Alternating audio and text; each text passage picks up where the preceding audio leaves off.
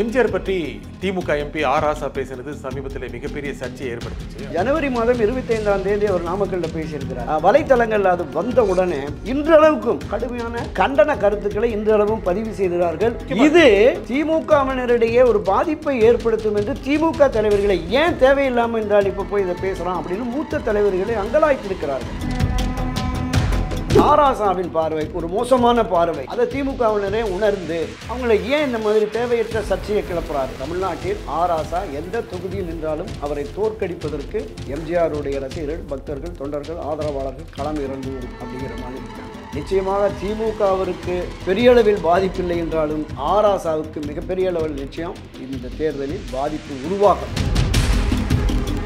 கருணாநிதியுமே என்னுடைய 40 ஆண்டு கால நண்பர் அப்படிங்கிற மாதிரி எங்களுக்கு அரசியல் மாறுபாடு, கருத்து மாறுபாடுகள் இருந்தாலும் எங்களுக்குள்ள பெரிய அளவில் மனத்தாங்கல், பிணக்கு இல்லை என்று பேசுகிறார். ரெண்டு பேருமே அப்படிதான் இருந்தாங்க. ஆனால் தேவையற்ற ஒரு சர்ச்சையை ஆராசா கிளப்பி விட்டார் என்பதுதான் என்னோட பார்வை.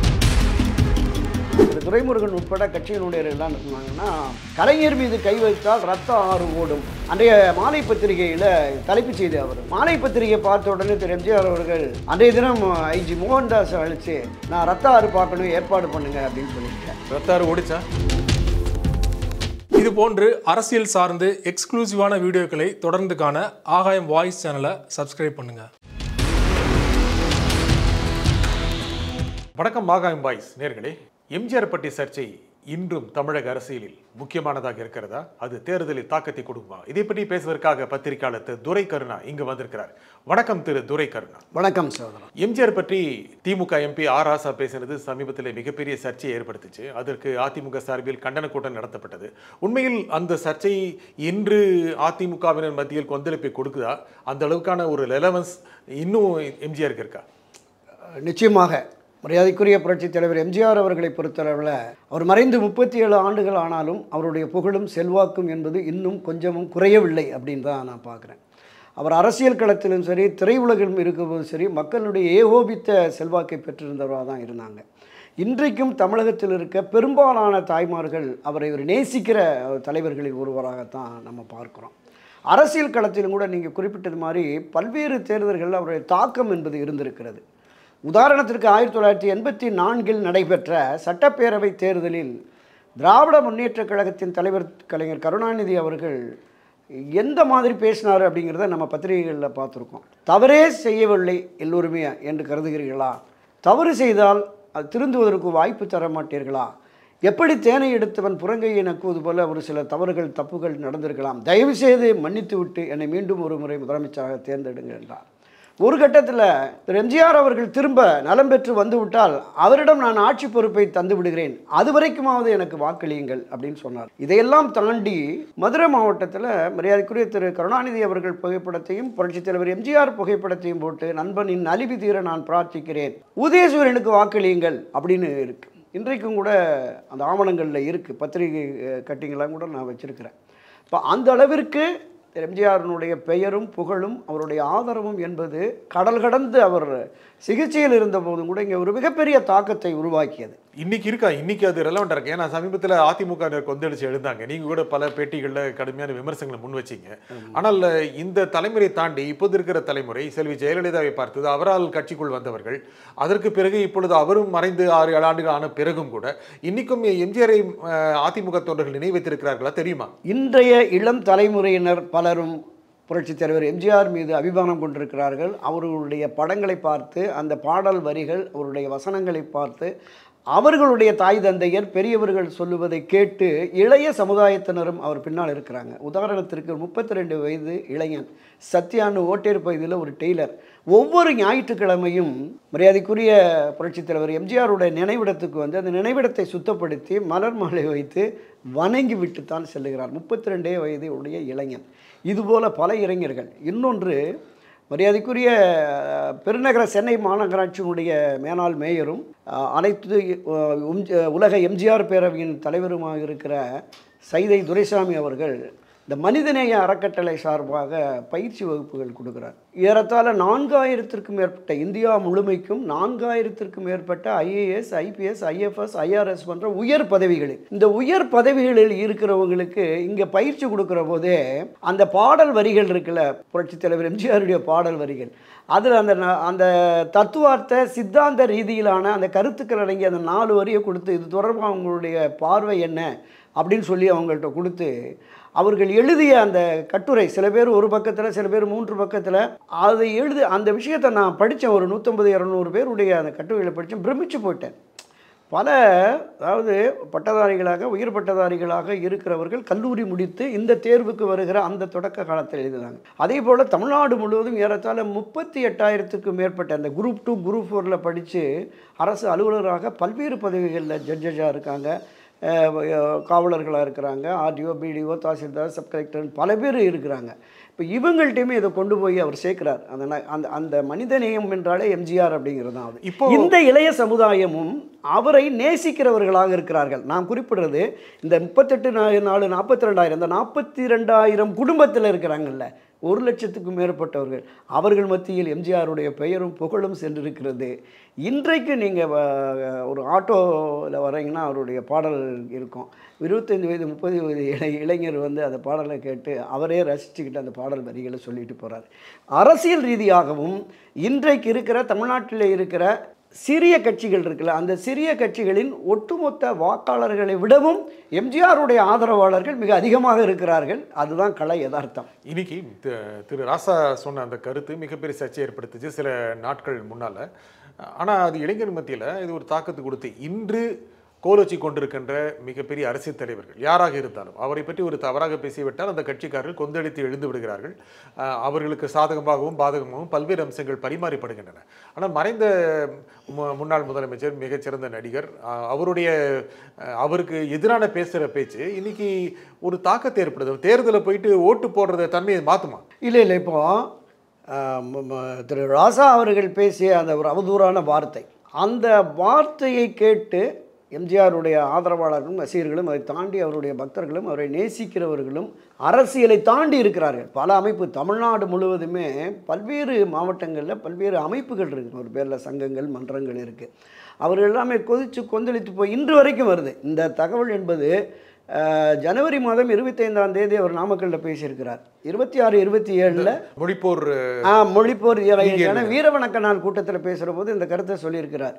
26, 27 அது தொடர்பான வலைத்தளங்கள் அது வந்த உடனே இன்றளவுக்கும் தமிழ்நாடு மட்டுமல்ல இந்தியா முழுமைக்கும், இந்தியாவை தாண்டி பிரான்ஸு, லண்டன், இந்த பக்கம் மொரீசியஸ், சிங்கப்பூர், மலேசியா உள்ளே இருக்கிற அந்த எம்ஜிஆர் ரசிகர்களும் கூட கடுமையான கண்டன கருத்துக்களை இன்றளவும் பதிவு செய்கிறார்கள். பல இடங்களில் அரசியல் ரீதியான போராட்டங்களுமே ராசாவுக்கு எதிராக அந்த அவரை கொடும்பாவை கொடுத்ததல் உட்பட பல்வேறு எதிர்ப்புகள், எதிர்வினை, பிரதான எதிர்க்கட்சி தலைவருமே அதற்கு ஒரு கண்டன கூட்டங்களும் போட்டுட்டாங்க. இது திமுகவினரிடையே ஒரு பாதிப்பை ஏற்படுத்தும் என்று திமுக தலைவர்களை ஏன் தேவையில்லாமல் இருந்தால் இப்போ போய் இதை பேசுகிறான் அப்படின்னு மூத்த தலைவர்களை அங்கலாய்த்திருக்கிறார்கள். தேவையற்ற இது. முக்கியமாக அவர் பேசினது ஒரு சுதந்திர போராட்ட தியாகி வஉசி தொடர்பான கைது, அதாவது கலைஞரை எம்ஜிஆர் கைது செய்த போது நடத்திய விதம் இப்படிங்கிறது ஆக்சுவலாக அது உண்மை இல்லையா? இல்லை, அததாவது அதற்கு முன்னதாக திரு கருணாநிதி அவர்களை முதலமைச்சராக இருந்த மரியாதைக்குரிய புரட்சித் தலைவர் எம்ஜிஆர் அவர்கள் 2 முறை கைது செய்திருக்கிறார். 1977 காலகட்டத்தில் ஆட்சிக்கு வந்த ஒரு 6 மாத காலத்தில் ஒரு மிகப்பெரிய போராட்டத்தை முன்னெடுத்து அரசுக்கு மிகப்பெரிய நெருக்கடியை கொடுக்குற பொழுது அவரே திரு கருணாநிதி அவர்களே கைகள் இங்கே விலங்கு எங்கே அப்படின்னு சொல்லி எழுதியிருந்தார். சரி, அப்போ விலங்கு போட்டுருங்க அப்படின்னு சொல்லிட்டு கைதாகி போடுறது ஒரு பிரச்சனையாக உருவாச்சு. அன்றைய தினம் சட்ட அமைச்சராக நாராயணசாமி முதலியார் இருக்கிறார். அவர் கைது செய்து கொண்டு போன உடனே அரசு சிறை விதிகளை கூட தளர்த்தி அவருக்கு தேவையான வசதிகளை, திரு கருணாநிதிக்கு தேவையான வசதிகளை செய்து கொடுங்கள் என்று சட்ட அமைச்சரையே அனுப்பி அந்த சிறைத்துறை அதிகாரிகளிடம் போய் விதிகளை மாற்றி கூட குடும்பத்திலிருந்து சாப்பாடு வரணும், செய்யணும்னா அது எல்லாமே ஏற்பாடு பண்ணி கொடுங்கன்னு சொன்னார். அதே போல் அந்த 83, 84 காலகட்டம் 83, 84 பேசுகிற முதல்ல இந்த ஒரு விஷயம் கைகள் இங்கே விலங்கு எங்கேன்னு கேட்டது அரெஸ்ட் பண்ணாரு, எம்ஜிஆர் கைது பண்ணாரு திரு கருணாநிதியை. அப்போ சவால் விட்டதுனால அவர் தூண்டப்பட்டாரா எம்ஜிஆர்? என்னை அரெஸ்ட் பண்ணி பாருங்க அப்படின்னு சொன்னதுக்கப்புறம் அரெஸ்ட் பண்ணி வைக்கிறேன் அப்படின்னு எதிர்வினை ஆற்றினார், ரியாக்ட் பண்ணாரா? நிச்சயமாக கைது செய்ய வேண்டும் என்கிற எண்ணம் அரசுக்கோ மாண்புமிகு முதலமைச்சரான புரட்சித் தலைவர் எம்ஜிஆர் அவர்களுக்கோ இல்லை. ஆனாலும் நீங்கள் குறிப்பிடுற மாதிரி ஒரு சீண்டுகிற மாதிரியான, என் மேலே கை வச்சேன்னா பிரளயம் ஏற்படும் அப்படிங்கிற மாதிரியான ஒரு தோற்றத்தை அவர் ஏற்படுத்துறதுனால சரி பார்ப்போமே அப்படிங்கிற மாதிரி தான் அது பண்ணினார். ஆனால் அந்த நிகழ்ச்சி, அந்த கைது நடவடிக்கைக்கு அப்புறம் தமிழ்நாட்டில் அங்கங்கே சின்ன சின்ன உரச சம்பவம் நடந்தது இல்லை? நிச்சயமாக எப்போவுமே ஒரு அரசியல் களத்தில் இருக்கிற தங்களுடைய தலைவரை கைது செய்கிற போது எதிர்வினை நிறையா இருக்கும். ஆனால் பெரிய அளவில் இல்லை. இப்போது அதே தான். அடுத்து நான் இந்த 83 84 காலகட்டத்துக்கு வந்துடுறேன். அப்போது என்ன நடந்ததுன்னா, அந்த பால் கமிஷன் அறிக்கையை அவர் உதவியாளர் மூலமாக திருடி வெளியிட்டுட்டார் அப்படிங்கிற அந்த பிரச்சனைகள் வருகிற பொழுது அதுலேயுமே இது தொடர்பாக விசாரிப்போம், தொடர்ந்து விசாரணை கமிஷன் போட்டு பண்ணுவோம், அதற்கு பிறகு என்ன தீர்ப்பு வருதோ அதன் மீது நடவடிக்கை எடுப்போம் அப்படிங்கிற மாதிரி தான் திரு எம்ஜிஆர் அவர்கள் இருந்தார்.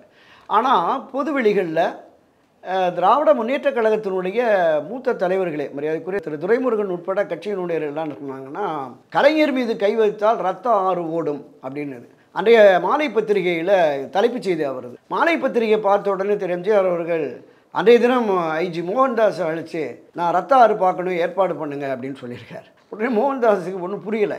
என்ன சொல்கிறீங்க என்ன அப்படின்னு கேட்ட உடனே மாலை முரசு பேப்பரை கொடுத்துருக்குறார். மாதிரி ரத்த ஆறு ஓடுமா, கைது செய்யிட்டாங்க. அந்த கைது செய்த பொழுது அதுவும் சவால் தான். ஆமாம், நிச்சயமாக ரத்த ஆறு ஓடும், கலைஞரை கைது செய்து ரத்த ஆறு ஓடும் சொல்லி துரைமுருகன் போன்ற பெரிய பேசியதுனால எம்ஜிஆர் சவாலாக எடுத்துக்கொண்டு அந்த கைது நடவடிக்கை இருக்கு. அந்த கைது அது சரி நினைக்கிறீங்களா? நீங்க ஒரு எம்ஜிஆருடைய பல காலம் இருந்திருக்கீங்க, அது சரி? அந்த மாதிரி ஒரு முதலமைச்சர் சவால் விடுக்கும்போது அது எதிர்வினை ஆற்றுறது அரசியல் தளத்தில் எதிரும் புதிருமான ஒரு இருதுருவ அரசியலை கையில் எடுத்து போகிற பொழுது ஒரு சவாலை எதிர்கொள்ள வேண்டியது இன்னொரு தலைவருக்கு ஒரு தலையாய செயலாக தான் பார்க்குறோம். என்னன்னா, திராவிட முன்னேற்றக் கழகம் அதனுடைய தலைவர் கருணாநிதி அவருக்கு எதிராக அரசியலை தொடங்கி ஆட்சி அதிகாரத்திற்கு வந்து விட்டார். மீண்டும் அவர்கள் சவால் விடுகிற வகையில் இருக்கிற பொழுது அந்த சவாலை எதிர்கொள்ள வேண்டிய ஒரு நிர்பந்தம் இருக்கிறது. அந்த அடிப்படையில் தான் செய்கிறாங்க. அது சரியான நடவடிக்கையாக தான் நான் பார்க்குறேன். ரத்தாறு ஓடிச்சா? இல்லை, என்ன ஆயிடுச்சுன்னா, அங்கங்கே ஒரு குறிப்பிட்ட இடங்களில் மறியல் அது இதுன்னு நடந்தது. அப்போ தான் அந்த காலகட்டத்தில் இவர் சிறை உடைய வழங்கப் போகிறார்கள், அளவெல்லாம் எடுக்கிறாங்கன்னு சொல்லி மாலை பத்திரிகையில் செய்து வந்தோடனே மரியாதைக்குரிய முதலமைச்சர் எம்ஜிஆர் அவர்கள் தொடக்கத்தில் 78 எப்படி சட்ட அமைச்சர் அனுப்புனாரோ அதே மாதிரி தன்னுடைய செயலரை அழைத்து அந்த சிறைத்துறை சூப்பரண்ட்டை கூப்பிட்டதுமே, என்ன ஏதோ மாலை பத்திரிகையில் செய்து வந்திருக்கு, சிறையோட எல்லாம் அளவு எடுக்கிறாங்கன்னு, அது மாதிரிலாம் பண்ணக்கூடாது, ஒரு இமீடியட்டாக சூப்பரண்ட்டை கூப்பிட்டு நீங்கள் தகவல் சொல்லிடுங்க அப்படின்னு சொல்லிவிட்டு, அவர் 4 முறை முதலமைச்சராக இருந்தவர், மூத்த தலைவர், அவருக்கு சிறையுறை நான் முதல் வகுப்பு கொடுத்து அவருக்கு தேவையான வசதிகளை செய்து கொடுங்கள் என்று எப்படி 1977 சொன்னாரோ அதே மாதிரி 83 84 காலகட்டத்தில் சொன்னார். இந்த விஷயத்தை தான் ஆராசா குறிப்பிட்டு வ.உ. சிதம்பரம் பிள்ளைக்கு சிறை தண்டனை வழங்கிய பிரிட்டிஷ் ஜட்ஜு வாலேஸ் என்பவர், இவர் தியாகி, தேசபக்தர், இவருக்கு சிறை உடை வழங்க வேண்டாம் என்று உத்தரவிட்டார். ஆனால் முதலமைச்சராக இருந்த கருணாநிதி தலைவர் கலைஞருக்கு சிறையுடை வழங்கினான்னு சொல்லிட்டு தான் அந்த ஒரு வார்த்தையை, ஒரு மோசமான வார்த்தையை பயன்படுத்துகிறார். ஆமாம், ஒரு மோசமான வார்த்தையை சொல்லி விமர்சிக்கிறார். ஒரு அனுபவமற்ற பக்குவமற்ற பேச்சாகத்தான் என்னை போன்றவர்கள் பார்த்தோம். ஆனால் தலைவருடைய அனுதாபிகள், ஆதரவாளர்கள், தொண்டர்கள், அதை தாண்டி அவருடைய கட்சிகளிலே பயணிப்பவர்கள் எல்லோருமே கொந்தளித்து விட்டார்கள். இன்று அளவுக்கும் அது வலைத்தளங்களில் அவருக்கு எதிரான கண்டன அறிக்கைகள் போயிட்டு இருக்கு. இந்த நேரத்தில் இன்னொரு தகவலையும் பதிவு பண்ணுறேன். அந்த கட்சியினுடைய மூத்த தலைவர்கள் ஒருவரான ஆர்.எஸ். பாரதி சொல்கிறாரு, எப்படி மரியாதைக்குரிய எம்ஜிஆர் அவர்கள் சாலையிலே காரிலே செல்லுகிற பொழுது மக்கள் கூட்டம் கூட்டமாக ஓடி ஓடி ஆர்வத்தோடு பார்க்கிறார்களோ, அதே போல அமைச்சர் உதயநிதி வருகிற பொழுது ஓடி ஓடி மக்கள் ஆர்வத்தோடு பார்க்கிறார்கள் அப்படிங்கிறார். இந்த இடத்துல ஆர்.எஸ். பாரதியினுடைய கருத்து என்பது மக்கள் செல்வாக்கு மிக்க தலைவராக எம்ஜிஆர் இருந்தார் அப்படிங்கிறது இவருடைய பார்வையாக இருக்கு. ஆனால் ஆராசாவின் பார்வை ஒரு மோசமான பார்வை. அதை திமுகவினரே உணர்ந்து அவங்களை ஏன் இந்த மாதிரி தேவையற்ற சர்ச்சையை கிளப்புறார்? ஏன்னா முதலமைச்சரே சொல்லியிருக்கிறார், என்னுடைய பெரியப்பா அவர் 70-71 திராவிட மாணவர் சங்கம் என்ற சங்கத்தை உருவாக்கி அறிஞர் அண்ணாவை வைத்து, நம்முடைய புரட்சித் தலைவர் எம்ஜிஆரை வைத்து நான் கூட்டங்கள் நடத்தியிருக்கிறேன். நான் பெரியப்பா என்று தான் அழைப்பேன். எப்போது அவருடைய திரைப்படம் வெளியானாலும் நான் அங்கே போய் தேவையான அளவுக்கு நண்பர்களுக்கெல்லாம் டிக்கெட் வாங்கிட்டு வந்து நாங்கள் படம் பார்ப்போம் அப்படிங்கிற மாதிரிலாம் பெருமைப்பட பேசுகிறார். மரியாதைக்குரிய மறைந்த முன்னாள் முதலமைச்சர் கலைஞர் கருணாநிதியுமே என்னுடைய 40 ஆண்டு கால நண்பர் அப்படிங்கிற மாதிரி எங்களுக்கு அரசியல் மாறுபாடு கருத்து மாறுபாடுகள் இருந்தாலும் எங்களுக்குள்ள பெரிய அளவில் மனத்தாங்கல் பிணக்கு இல்லை என்று பேசுகிறார். 2 பேருமே அப்படி தான் இருந்தாங்க. ஆனால் தேவையற்ற ஒரு சர்ச்சையை ஆராசா கிளப்பி விட்டார் என்பதுதான் என்னோட பார்வை. ஏன்னா திமுக என்ன பாதிப்பு ஏற்படும்? நீங்கள் சொன்னீங்க திமுக மூத்த தலைவர்கள் இப்படி பேசியிருக்க வேண்டாம் அப்படின்னு சொல்கிறாங்க அப்படின்னு சொல்கிறீங்க. இப்போ என்ன பாதிப்பு ஏற்படுமா இன்னைக்கு இந்த தேர்தலில் தாக்கத்தை ஏற்படுத்துமா? இல்லை எம்ஜிஆர் தொண்டர்கள் அல்லது பொதுமக்கள் இதை மறந்துட்டு தேர்தல் வரும்போது வேறு விதமான ஒரு பார்வையை அது நிலைப்பாடு எடுத்துக்குவாங்களா? இந்த உலக எம்ஜிஆர் பேரவை சார்பாகவும் எம்ஜிஆர் பக்தர்கள் ஒருங்கிணைப்பு குழு சார்பாகவும் கூட்டங்கள் நடத்தி தீர்மானங்கள் போட்டிருக்காங்க. தமிழ்நாட்டில் ஆராசா எந்த தொகுதியில் நின்றாலும் அவரை தோற்கடிப்பதற்கு எம்ஜிஆருடைய ரசிகர்கள் பக்தர்கள் தொண்டர்கள் ஆதரவாளர்கள் களம் இறங்குவோம் அப்படிங்கிற மாதிரி இருக்காங்க. நிச்சயமாக திமுகவிற்கு பெரிய அளவில் பாதிப்பில்லை என்றாலும் ஆராசாவுக்கு மிகப்பெரிய அளவில் நிச்சயம் இந்த தேர்தலில் பாதிப்பு உருவாகும். இன்னொன்று, எம்ஜிஆருடைய அந்த அரசியல் பயணம் என்பதே திராவிட முன்னேற்றக் கழகத்திற்கு எதிரான பயணம்தான். திமுக ஒரு மக்கள் விரோத சக்தி, ஒரு தீய சக்தி என்று அடையாளப்படுத்தி தான் அவருடைய அரசியல் பயணமே தொடங்கியது. இப்போ அந்த கருத்தாக்கத்தில் இருக்கிற எம்ஜிஆருடைய ஆதரவாளர்கள் அந்தந்த தொகுதிகளில் நிச்சயமாக திமுகவுக்கு எதிரான நிலைப்பாட்டை எடுப்பார்கள், அது உறுதி. எடுத்தாலும் கூட அது திமுக எந்த பாதிப்பு ஏற்படாது. ஆனால் திமுக மேலே ஒரு கசப்புணர்வு எம்ஜிஆர் உங்களை போன்ற எம்ஜிஆர் வாய்ப்பு. அதாவது நம்ம கடந்த பல பதிவுகளில் பேசியிருக்கோம். திராவிட முன்னேற்ற கழகம் இந்த தேர்தலை தன்னோடு பயணிக்கிற அந்த 10-12 அரசியல் கட்சிகளோடு வருகிற பொழுது எதிர் வாக்குகள் சிதறுவதற்கான வாய்ப்பு இருக்குது. இவங்களுக்கு கன்சாலிடேட் ஆகிடுது. அப்படி ஒட்டுமொத்தமாக திமுகவினுடைய ஆதரவு கட்சிகள் இங்கே 1% 2% இருந்தாலும் கூட ஒட்டுமொத்தமாக வருகிற பொழுது 12 அரசியல் கட்சியினுடைய ஆதரவு அவருக்கு வெற்றி உறுதி. இந்த பக்கம் எடப்பாடி தலைமையிலான ஒரு அணி, பாஜக தலைமையிலான ஒரு அணி, சீமான் ஒரு தனி அணி, இப்படி பிரிந்து கிடக்கிற பொழுது திமுகவினுடைய வெற்றியை இவர்களால் தடுக்க முடியாது. அது யதார்த்தம்தான். வாக்கு சதவீதம் என்பது பெருமளவு குறையும். 3 லட்சம் 4 லட்சம் வாக்கு வித்தியாசத்தில் 2019 அவங்க வெற்றி பெற்றாங்கல்ல, அப்படிப்பட்ட ஒரு வெற்றியை பெறுவதற்கு முடியாது. ஆனாலும் வெற்றி என்பது நிச்சயமாக இவர்கள் பிரிந்து கிடப்பதால் திமுக அணிக்கு தான் கிடைக்குங்கிறதுல மாற்று கருத்தே இல்லை. அதிமுக மூத்த தலைவர்கள் இன்னும் கூட பலர் எம்ஜிஆரை நேரடியாக அறியாதவர்கள், அவர்களுக்கு அதே அளவுக்கான ஒரு பற்று எம்ஜிஆர் மேலே இருக்குன்னு நினைக்கிறீங்களா?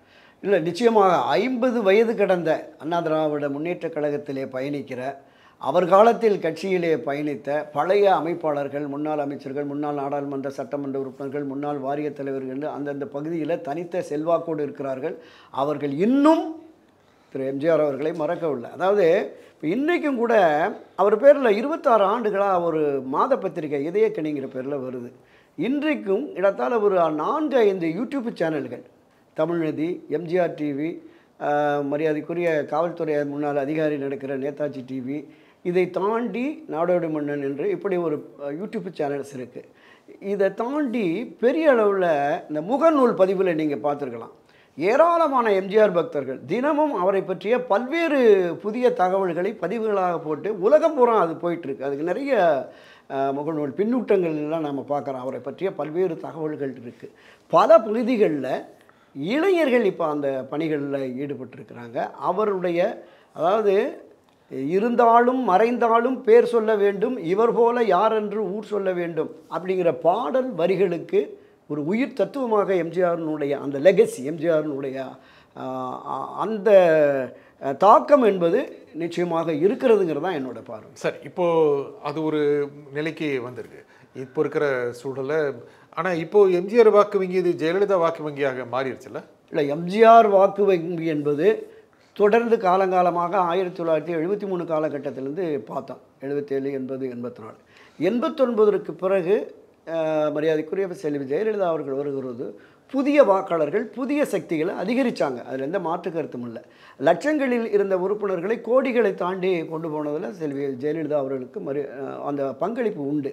இன்னொன்று, அந்த 89, 90 காலகட்டத்திற்கு பிறகு ஏராளமானவர்களுக்கு கட்சியில் மாவட்ட, மாநில, நகர, ஒன்றிய நிர்வாக பொறுப்புகளை செல்வி ஜெயலலிதா வழங்கி இருக்கிறதுனால அந்த பொறுப்புகளில் இருப்பவர்களும் அதை தாண்டி இளைஞரணி, பாசறை, பேரவை என்று பல்வேறு இளைய சமுதாயத்தினருக்கு பொறுப்புகள், பதவிகள் என்பது செல்வி ஜெயலலிதா காலத்தில் கிடைத்ததால் அந்த ஆதரவு என்பது பல்கி பெருகி வருகிறது. அதில் மாற்று கருத்து இல்லை. ஆனால் எம்ஜிஆருடைய வாக்கு வங்கியும் இணைந்து ஒட்டுமொத்தமாக வாக்குகளாக வாக்குச்சாவடிக்கு சென்று அனைத்து இந்திய அதிமுக வேட்பாளர்களுக்கு விழுந்தால்தான் வெற்றி சாத்தியம். பிரிந்து கிடந்தால் நிச்சயமாக வெற்றி இல்லை, ஒரு பின்னடைவை சந்திக்கும் அதிமுக. நீங்க இப்போ முக்கியமாக சவால் விடுத்தார் கருணாநிதி, சிறையில் அடைத்தார் எம்ஜிஆர் சொல்லிட்டு அந்த அந்த சவால் தான் தூண்டுதலா இருக்குன்னு சொன்னீங்க.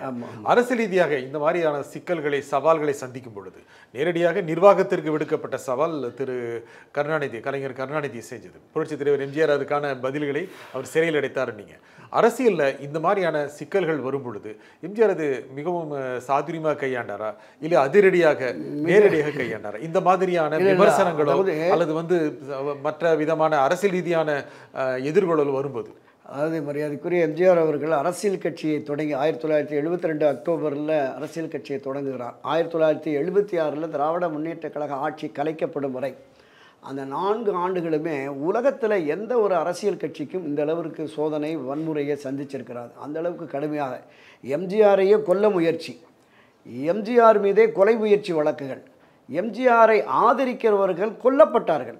ஒரு 6-7 பேர் படுகொலை செய்யப்பட்டார்கள். யாரால்? கடுமையான அதாவது அந்தந்த பகுதியில் இருந்து சொன்னீங்க. இல்ல கொல்ல முயற்சி, எம்ஜிஆர் மேல கொலை முயற்சி வழக்குகள், ஆமா, ஆதரவாளர்கள் கொல்லப்பட்டார்கள். 3மே வழக்குங்க. அதுதான் வத்தலக்குண்டு இடைத்தேர்தலின் போது அங்கு தேர்தல் பணியாற்றிய வத்தலக்குண்டு ஆறுமுகம் திமுகவினரால் படுகொலை செய்யப்படுகிறார். சேலம் பகுதியில் பூலாவரி சுகுமாரன், அவர் தந்தை பழனிசாமி அரசியல் காரணங்களால் அங்கிருந்த திமுகவின் மிக முக்கிய பிரமுகரின் தூண்டுதலால் படுகொலை செய்யப்படுகிறார். ஜஹாங்கீர் என்ற ஒரு பையன், அவர் வந்து அந்த பகுதியில் இருக்கிற திமுக பிரதிநிதியால் கொல்லப்படுகிறார். இதுபோல் ஒரு 6-7 பேர் கொல்லப்பட்டார்கள். மரியாதைக்குரிய எம்ஜிஆர் அவர்கள் திண்டுக்கல் நாடாளுமன்ற இடைத்தேர்தலுக்கு போகிற பொழுதே அவர் கொலை முயற்சி நடந்தது. மணப்பாறை பகுதியிலும் திண்டுக்கல் என்ட்ரன்ஸ் அந்த வட புதுப்பட்டி ஏதோ ஒரு கிராம பகுதிகளிலும் முயற்சி நடந்தது. அவர் வேன்லேருந்து காருக்கு போனார். காரில் மாறி 2-3 கிலோமீட்டரு ஒத்தேடி பாதையில் மாட்டு வண்டியில் போய் ஒரு இரவு ஒரு தோப்பில் தங்கிட்டு தான் அடுத்த நாள் போயிருக்கிறார். இப்படி தன்னை பாதுகாத்து கொள்வதற்கு பல முயற்சிகள். அம்பத்தூர் கூட்டத்துக்கு போகிறார், வேனை அனுப்பிச்சி வச்சுட்டு காரில் போகிறார். இந்த வேனில் தான் எம்ஜிஆர் போகிறாருன்னு அடித்து வேனை கவுத்துட்டாங்க. அப்போ காரில் போனதுனால தப்பிச்சிட்டார். இது கொல்ல முயற்சி. அவர் மேலே கொலை முயற்சி வழக்கு. இது யாரால் நடந்தது? அதை பற்றின விசாரணை நடக்கலையா? நிச்சயமாக திராவிட முன்னேற்ற கழகத்தின் அந்த அம்பத்தூர் பகுதி பிரதிநிதிகள் எல்லாமே அவர்களுடைய தூண்டுதலில் தான் நடந்தது. நேரடியாக அதில் அவங்க ஆட்சி அதிகாரம் திராவிட முன்னேற்ற கழகத்தில் இருந்ததால் அவர்களால் எதுவுமே நடவடிக்கை எடுக்கலை. வத்தலக்குண்டு கொலை சம்பவம் கிளாஷ் மோதல், கோஷ்டி மோதலை சேர்த்துட்டான் அப்படின்னு சொல்லி முடிச்சுட்டானுங்க. சேலத்தில் அதிகாரபூர்வமான ஆதரவு அவர் தான், அவருடைய தூண்டுதல் தான் நடந்ததுக்கு எல்லாம் இருந்தது. ரிட்டையர்டு ஒரு ஐபிஎஸ் ஆஃபீஸரே தன்னுடைய ஓய்வுக்கு பிறகு எழுதியிருக்கிறார், அரசினுடைய நிர்பந்தத்தால் நாங்கள் அந்த நடவடிக்கை எடுக்க முடியல அப்படின்னு சொல்லிட்டு. அதனால் இதெல்லாம் நடந்தது. அவர் மீது எம்ஜிஆர் மீது கொலை முயற்சி வழக்கு என்பது இல்லை, எம்ஜிஆரை கொல்ல முயற்சி இதுதான். அதுக்கு நடவடிக்கை எடுக்கப்படலையா? எடுக்கப்படலை. அதுதான் நான் சொல்ல வந்தேன். எம்ஜிஆர் மீது கூட இந்த 2 நடவடிக்கைகளுக்குமே அது தொடர்பாக எதுவுமே நடவடிக்கை எடுக்கலை. எம்ஜிஆர் மீதே வழக்கு போட்டாங்க. அது வந்து கொலை முயற்சி வழக்கு அப்படின்னு. ஒன்று நம்ம திருப்பூர் தொகுதி துரைசாமின்னு திராவிட முன்னேற்ற கழகத்தினுடைய எம்எல்ஏவாக இருந்தவர், பின்னாடி மதிமுகவில் வந்து கட்சியினுடைய அவைத்தலைவராக கூட இருந்து இப்போ வெளியேற்றார்னு நினைக்கிறேன். அவர் அதாவது 1972-73 காலகட்டங்களில் மக்களுடைய நம்பிக்கை இழந்த திமுக எம்எல்ஏக்கள் ராஜினாமா செய்யணும் அப்படின்னு அவர் வீடு நோக்கி போய் மனு கொடுக்கணும் அப்படின்னு சொல்லி ஊர்வலம் போயிருக்கு. அப்போ வழக்கறிஞர் அதான் திருப்பூர் மணிமாறன் தலைமையில் அண்ணா திராவிட முன்னேற்ற கழகத்தினர் ஒரு 100 பேர் போய் மனு கொடுக்க போயிருக்காங்க. அடுத்த நாள் அவர் வழக்கறிஞருங்கிறதுனால எம்ஜிஆர் தூண்டுதலின் பேரில் திருப்பூர் மணிமாறன் உட்பட சிலர் என்னை கொல்ல வந்தார்கள் அப்படின்னு கொலை முயற்சி வழக்கு 2-3 முறை திருப்பூர் கோர்ட்டிலே போய் எம்ஜிஆர் இருந்து விடுதலையானார்.